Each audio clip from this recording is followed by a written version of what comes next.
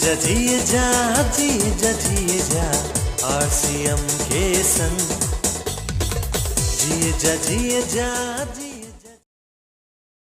आत्मबल।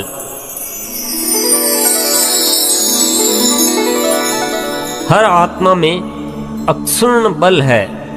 इस बल का सदुपयोग हो जाए तो हर मनुष्य कमाल कर सकता है। वह अपने ही नहीं दूसरों के जीवन को भी धन्य कर सकता है। वह बहुत कुछ सृजन कर सकता है। हर आत्मा की अलग अलग विशेषताएं हैं, सबका अलग अलग स्वभाव है, सबकी अलग अलग सृजनात्मकता है। सबके लिए कोई एक मार्ग निर्धारित नहीं किया जा सकता। कोई दूसरा किसी के बारे में पूरी तरह जान भी नहीं सकता। किसी और के लिए अपनी कोई राय बनाने में पूर्ण सत्यता हो ही नहीं सकती। इसी तरह अपने लिए पूर्ण ज्ञान बाहर कहीं से मिल ही नहीं सकता। वह तो अपने भीतर ही खोजना होगा। एक गुरु 100 शिष्यों को लगातार 10 साल तक एक ही तरह की शिक्षा देता है, लेकिन शिक्षा लेने के पश्चात सब में कुछ न कुछ भेद होगा। सबका कर्म करने का, सोचने का, सृजन करने का तरीका अलग अलग होगा। कोई भी दो हूबहू एक तरह के नहीं हो सकते।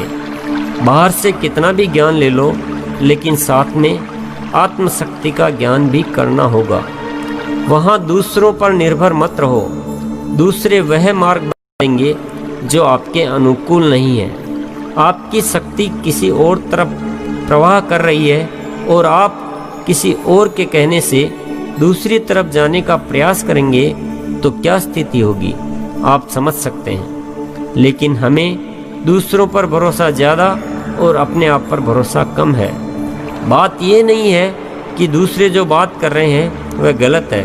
वह सत्य भी हो सकती है, परम सत्य भी हो सकती है, बड़ी ही मूल्यवान हो सकती है, आपके लिए बड़ी उपयोगी हो सकती है। लेकिन वह कितनी ही मूल्यवान बात हो, उसमें एक अधूरापन रहेगा ही। यहाँ कहने का ये भाव भी नहीं है कि आप दुनिया में किसी को भी सुनना छोड़ दो। ये आपके ऊपर है कि आप किसे सुनना पसंद करते हैं, कौन आपको ज़्यादा प्रभावित करता है। यहाँ कहने के पीछे भाव यह है कि आप लाख बार से ज्ञान अर्जित कर लो, जब तक अपनी आत्मशक्ति का ज्ञान नहीं करोगे तब तक बात अधूरी ही रहेगी। हर इंसान के भीतर एक बहुत विशाल जगत है। बहुत सारी ऊर्जाएं हैं जिनमें लगातार प्रवाहित होने की प्रवृत्ति है। उनको रोकना असंभव है।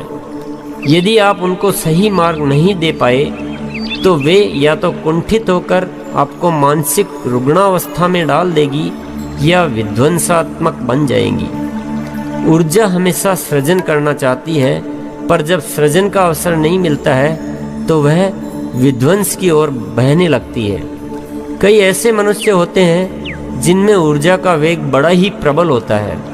वह ऊर्जा ऐसा कुछ करना चाहती है जिससे सारा संसार जाने।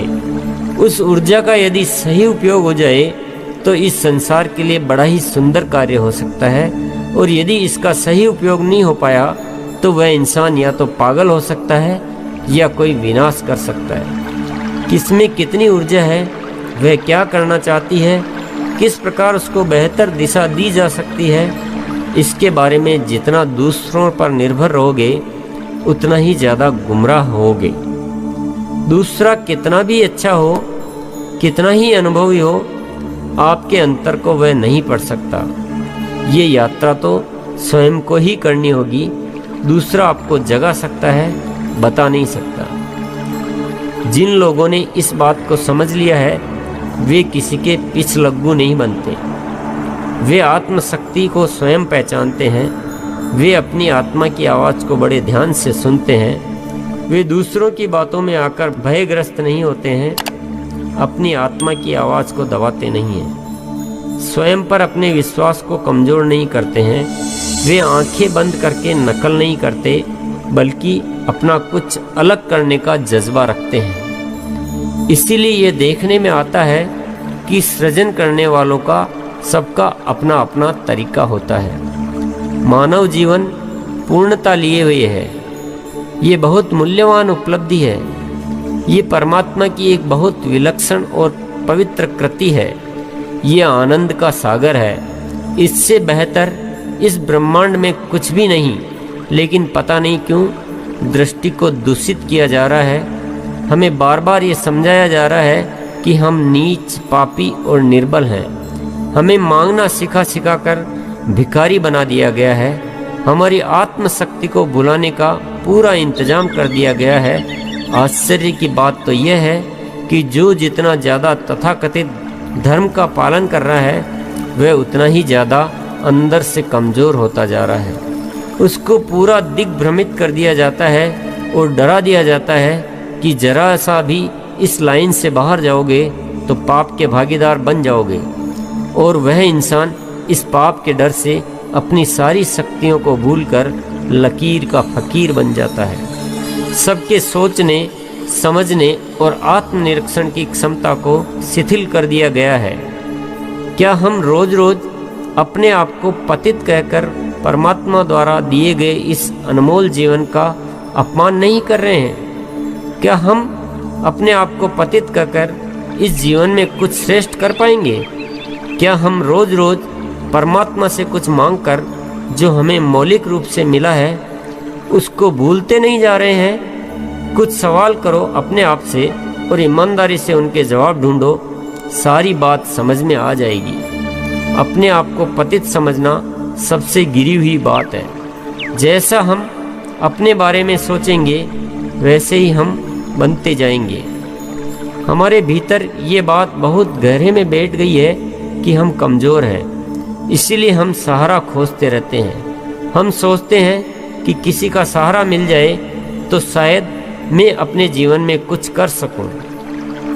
आपने अपने भीतर उस शक्ति को विस्मृत कर दिया जो जगत का निर्माण कर सकती है। आपने अपनी ऊर्जा को संकुचित कर लिया, सारा ध्यान इस बात पर केंद्रित कर दिया कि कहीं से कुछ मिल जाए और मैं बस उसका सहारा लेकर चल पड़ूं।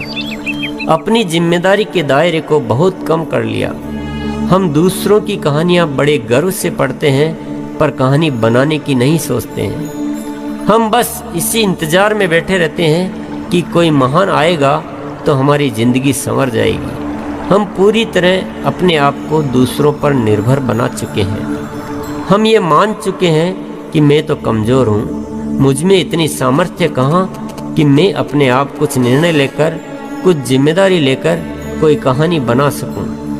हम हमेशा दूसरों से आशीर्वाद मांगते रहते हैं कि बस आपका आशीर्वाद मिल जाए तो ही मैं कुछ कर पाऊंगा, उसके बिना तो मैं कुछ कर ही नहीं सकता। ये शब्द सुनने में बड़े अच्छे लगते हैं पर ये इंसान को कमज़ोर बनाते हैं। ये उसकी दूसरों पर निर्भरता को बढ़ाते हैं। ये बात मन में बैठ जाती है तो इंसान हर असफलता में यही सोचता रहता है कि मुझे पूरा आशीर्वाद नहीं मिला, मुझे अभी और किसी का आशीर्वाद लेना है तब ही मैं सफल हो पाऊंगा। वह अपनी शक्ति को और जगाने की बात नहीं सोच पाता। आज से अपने सोचने का अंदाज बदलो। जो भी जीवन में मिला है उसका बस धन्यवाद दो और ये सोचो बस अब तो मुझे इतना मिल गया है, अब आत्मशक्ति द्वारा सफल होकर ही रहूँगा। अब मैं दुनिया से रास्ता जानने वाला नहीं, रास्ता दिखाने वाला बनूंगा। मुझे परमात्मा ने इतना शक्तिशाली बनाया है, इन शक्तियों का उपयोग मैं पूरी जिम्मेदारी से करूंगा और आप देखोगे कि अब आपकी पूरी दिशा ही बदल चुकी है। आपके विचारों में ऊर्जा आ गई है, नित्य नया सृजन दिखाई देने लगा है। जिसे आप सोच भी नहीं सकते थे उसे अब एक एक करके सच साबित करते जा रहे हो। बस किसी अहंकार में मत पड़ना, परमात्मा से कुछ मांगना मत, पर परमात्मा को धन्यवाद देते रहना। उसके द्वारा दी गई शक्तियों को धीरे धीरे पहचानने लग जाओगे, महसूस होने लगेगा कि उसमें कितना आनंद है। बस इसी राह पर चलते रहना, जीवन से दूसरों पर निर्भरता घटती जाएगी और आत्मबल बढ़ता जाएगा। अपनी शक्ति को पहचानने में दो बहुत बड़ी बड़ी बाधाएं हैं, साहस की कमी और डर। आदमी सोचता है जिस तरीके से मेरी पीढ़ियां चलती आ रही है, जिस तरीके पर पूरी दुनिया चल रही है वह सही ही होगा। भले ही उसके परिणाम गलत आ रहे हैं, वे दिखाई दे रहे हैं, पर सबसे अलग हटकर सोचने का साहस वह नहीं कर पाता। वह कभी कभी अलग राह के लिए सहमत भी हो जाता है, पर फिर भी हिम्मत नहीं कर पाता। एक मान्यता बन गई है कि जिस काम को भीड़ कर रही है वह सही ही होगा, लेकिन सच यह है कि जिसे भीड़ कर रही है वह सही ही हो ये जरूरी नहीं। दूसरा है पाप पुण्य का डर। किसी बात का पालन नहीं करूं तो कहीं मुझे नरक नहीं मिल जाए, अगले जन्म में मुझे सजा नहीं मिल जाए, कहीं मैं इंसान से जानवर तो नहीं बना दिया जाऊं। ऐसी ऐसी कहानियां बना बना कर इंसान को इतना अधिक डरा दिया गया है कि अभी का नरक उसे दिखाई नहीं देता है, भविष्य का नरक उसे दिखाई देने लगता है। ये बात किसी को समझ में नहीं आती कि डर से बड़ा कोई नरक नहीं है। सिर्फ इस वजह से किसी भी लकीर को पकड़ लेना कि यह कहने से स्वर्ग मिलता है और यह करने से नरक मिलता है, हम अपने साथ कितना बड़ा खिलवाड़ कर रहे हैं। किसने दिए ये पैमाने? किसी ने कुछ भी कहानी बना दी और बड़े आश्चर्य की बात है कि पूरी दुनिया उसके पीछे लग जाती है। परमात्मा ने हमें इतना सुंदर जीवन स्वर्ग दिया है, वह दिखाई नहीं देता है। हम अपने ही कृत्यों से इस दुनिया को नरक में तब्दील करते जा रहे हैं, वह हमें दिखाई नहीं देता है। ये सिर्फ हम करते जा रहे हैं एकमात्र डर की वजह से। हम इतने ज़्यादा डर चुके हैं कि कोई भी हमें आसानी से डरा देता है, कोई भी कहानी हमारे ऊपर थोप देता है और हम उसके बड़े भक्त हो जाते हैं। कोई थोड़ी अच्छी कहानी बना लेता है तो हमारे लिए वह भगवान हो जाता है। फिर किसकी हिम्मत जो उसकी बात नहीं माने, बात नहीं माने तो नरक का भागीदार बनता है। डर के भी दो प्रकार हैं, एक कुछ अनिष्ट होने का डर या कुछ खोने का डर। दूसरा डर है कुछ मिलने का लालच। मैं ये करूँगा तो इतना फल मिलेगा, इस जन्म में इतना फल मिलेगा या अगले जन्म में इतना फल मिलेगा, नहीं करने पर ये सब छूट जाएगा। यह भी एक प्रकार का डर ही है। हमें कितना हिसाबी बना दिया गया है। धर्म में भी सौदेबाजी, इस हाथ दे और उस हाथ ले। ये कोई धर्म है? ये कोई आत्मा की आवाज़ है? यह तो निश्चित है कि डर की वजह से किए गए कार्य का अंजाम जो भी हो, पर डर अपने आप में बहुत बुरी बला है। ये किसी भी बुरे से बुरे नरक से कम नहीं है। ये अपनी आत्मा की हत्या है, यानी ये सबसे बड़ी आत्महत्या है। इसीलिए शायद कहावत बनी कि जो डर गया वो मर गया। शरीर को मार लेना तो सिर्फ शरीर की हत्या है, लेकिन डर के वशीभूत होना सबसे बड़ी आत्महत्या है। किसी की बनाई हुई लकीरों पर चलना जीवन की प्रकृति नहीं है। यदि किसी की बनाई हुई लकीरों पर चलने का प्रयास करोगे तो हमेशा भ्रांत अवस्था में रहोगे। जीवन निज की यात्रा है। अपनी आत्मा की आवाज़ को पहचानना सीखो और अपने मार्ग की स्वयं खोज करो। डरा हुआ इंसान हमेशा दुविधा में रहता है। जब उसे सत्य का पता लगता है तो वह कुछ अपनी आत्मशक्ति से निर्णय लेने के लिए सोचता है। जैसे ही वह सोचना शुरू करता है, डर उसमें व्यवधान पैदा करता है, अपनी ओर से कुछ करने की हिम्मत को पस्त कर देता है। वह कुछ निर्णय ही नहीं कर पाता और बड़ी दुविधा में पड़ा रहता है। दुविधा जीवन के लिए सबसे बड़ा अभिशाप है। दुविधा में रहने वालों जैसी बुरी दशा आप किसी की न पाएंगे। जिस प्रकार जो पत्थर बिल्कुल दाग रहित होता है वही हीरा कहलाता है। जरा सा भी दाग जो कि नंगी आंखों से भी दिखता न हो तो भी हीरे की कीमत को कम कर देता है। उसी प्रकार डर का जरा सा भी अंश आत्मशक्ति को कमजोर कर देता है। बहुत पुरुषार्थ के बाद, बहुत जीवन गुजारने के बाद हम निर्णय लेने लायक बन पाते हैं, लेकिन छोटा सा भी डर उस शक्ति को शून्य कर देता है। इसीलिए जीवन में कुछ पाना है तो अपनी आत्मा को सच्चा हीरा बनाओ। डर का हल्का सा भी अंश उसमें न आ पाए, तब आप देख पाओगे कि आपके भीतर ही कितनी बड़ी शक्ति का भंडार भरा पड़ा है। डर में यह हिसाब मत लगाना कि किससे डरना चाहिए और किससे नहीं डरना चाहिए। सीधी सी बात है, डर की वजह कोई भी हो, डर की वजह से किया गया हर कार्य गलत है। चाहे वह नरक का डर हो पाप का डर हो, गुरु का डर हो या अपमान का डर हो। इस डर से कुछ करना कि नहीं करूँगा तो पाप लग जाएगा, ये सोच ही गलत है। वही काम आपकी आत्मा की आवाज़ से, भीतरी इच्छा से हो तो वह पुण्य है।